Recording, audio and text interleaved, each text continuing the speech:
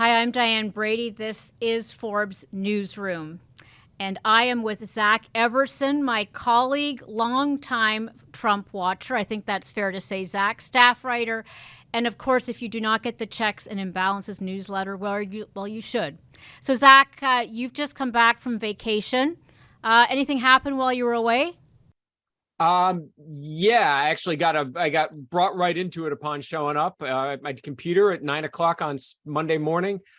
Log into Twitter, get caught up in the news, and apparently the news involved a picture of a Trump era White House toilet with ripped up documents in it, and it has been a nonstop flow since there. Pun apologized for, but intended. I do not doubt we'll continue the toilet motif through this conversation somehow, but give me some sense. Did you see this coming, or was it as shocking to you as it was to some other people? The raid I didn't really see coming. I mean, Merrick Garland has been getting a lot of fire from progressives who had kind of built him up as this icon during his, because of him being nominated for the Supreme Court. And then, all of a sudden he becomes attorney general and people are it's almost like they're expecting him to just do a perp walk of Trump down Pennsylvania Avenue one day into the Biden administration. That obviously wasn't going to happen. Garland is a very cautious person. So I was surprised when that happened. And it also makes me think like he must have a good reason to do that. I mean, that is an unprecedented step and the judge had to sign off on it as well. So there's a little bit of checks and balances on that as well. Well, we've certainly been seeing pictures of raids and news of going through, Melania's closet, the toilet, as you mentioned. How is it different from Hillary Clinton, and all those emails and private servers? Just give us some sense. Sure. Well, for starters, Hillary Clinton was not the president of the United States at any point. So that certainly elevates things here in that fact that Trump is a former president. But also, they didn't raid her house. They did not go to her house in Chappaqua or any other residence she has and burst in and look for the documents. Their investigation did not go that far. So we'll find out, hopefully, at some point. I mean, the president, right, a former president right now could enlighten us as to what they were looking for if he cared to share the search warrant. He has not done so. But right now, it is definitely much more severe than what transpired with Mrs. Clinton. Let's step back a second because I know that you have, I call it the Trump Trouble Tracker. I know you've got a more official name than that, but we've just seen him plead the fifth, with an investigation in New York. What's the full scope of what he's facing right now? Well, overall, we are at 36 cases and investigations that are active. There are 2 that have been settled since we started this, or one was dismissed and one was settled. And they really range through a few different categories. Many of them involve January 6th, 2020 election. There are also some personal disputes in there. And the instance you just referenced with the New York Attorney General is a business issue. Can you give me some sense of how this is playing with the GOP? Because I've heard some news of the fact that, there might be some very happy people if there was the president being extricated from the next race. No doubt there would be that. I watched the 2016 elections from the Capitol Hill Club, which is the Republican club here in DC. And there were a lot of sad faces when Donald Trump was clearly going to be the president there.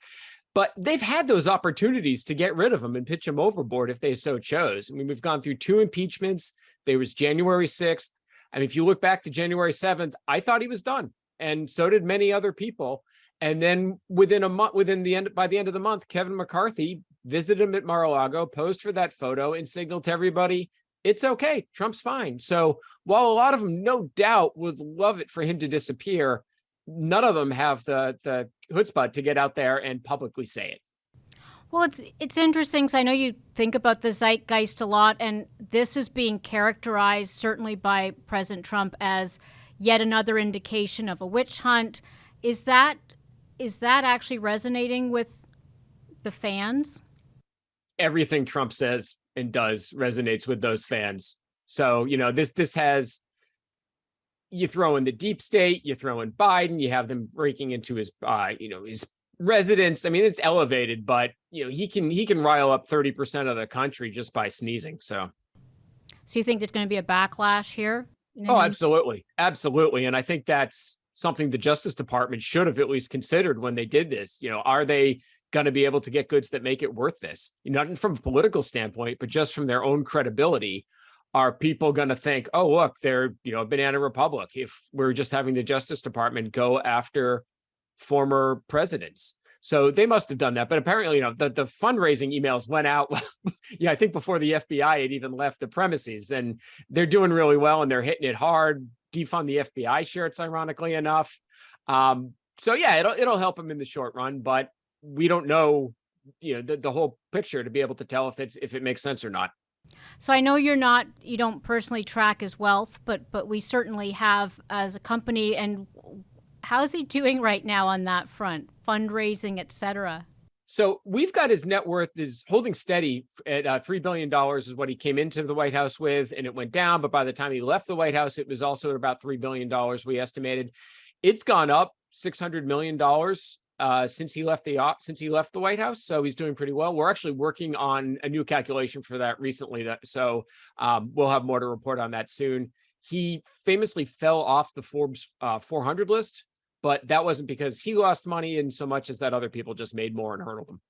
So that 600 million, is that mostly from fundraising, or is it the health of his that hotels? Would be separate. I mean, the only way that's his personal wealth. The fundraising does get back to him. I think right now we've seen the candidates he's endorsed have dropped over $100,000 this cycle at Trump properties, and his own PAC has certainly done a lot of business at Trump properties, but that is just based on his, the Trump organization and not any political committee. Let me step back and ask about the future in terms of, do you foresee an instance where Trump will not be able to run in the next election because of this? No.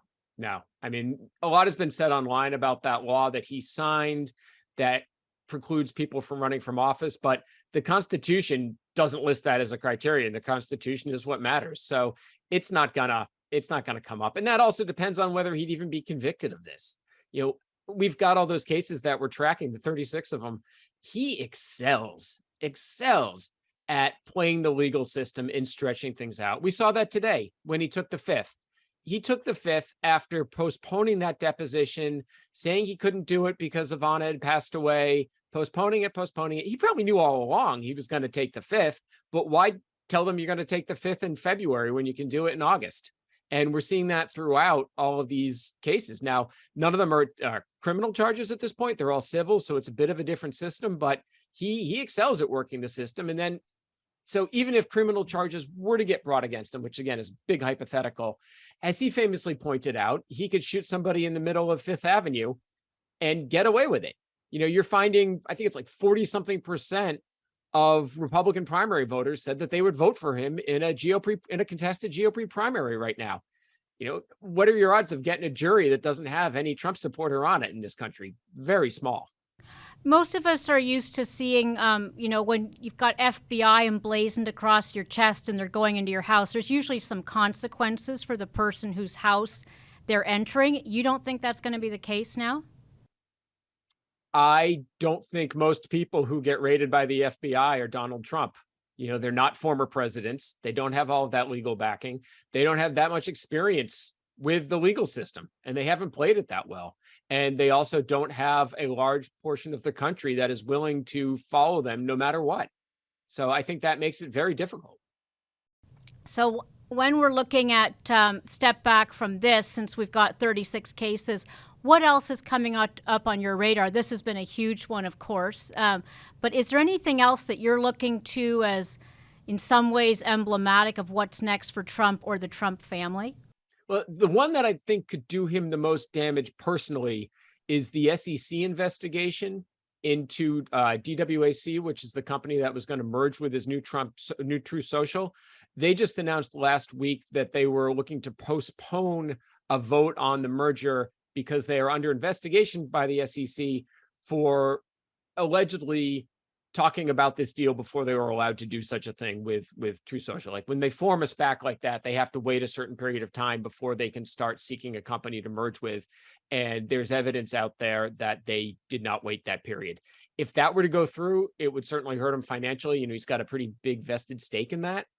So there would be some consequences that way. But I think that's the one that seems to be the most likely to lead to some problems for Trump. But again, it's a few $100 million, and we have this guy estimated net worth at $3 billion. So you're a betting man, and you're betting he's going to be on the radar for a while, and that this is not rhetoric.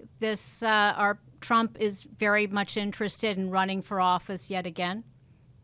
Yeah, I am a betting man. I'm also a man who is not cashing tickets often. I used to live in Kentucky, and I did not go back to that window at Churchill Downs often. So take this for what it's worth. I mean, you and I started the same day at Forbes.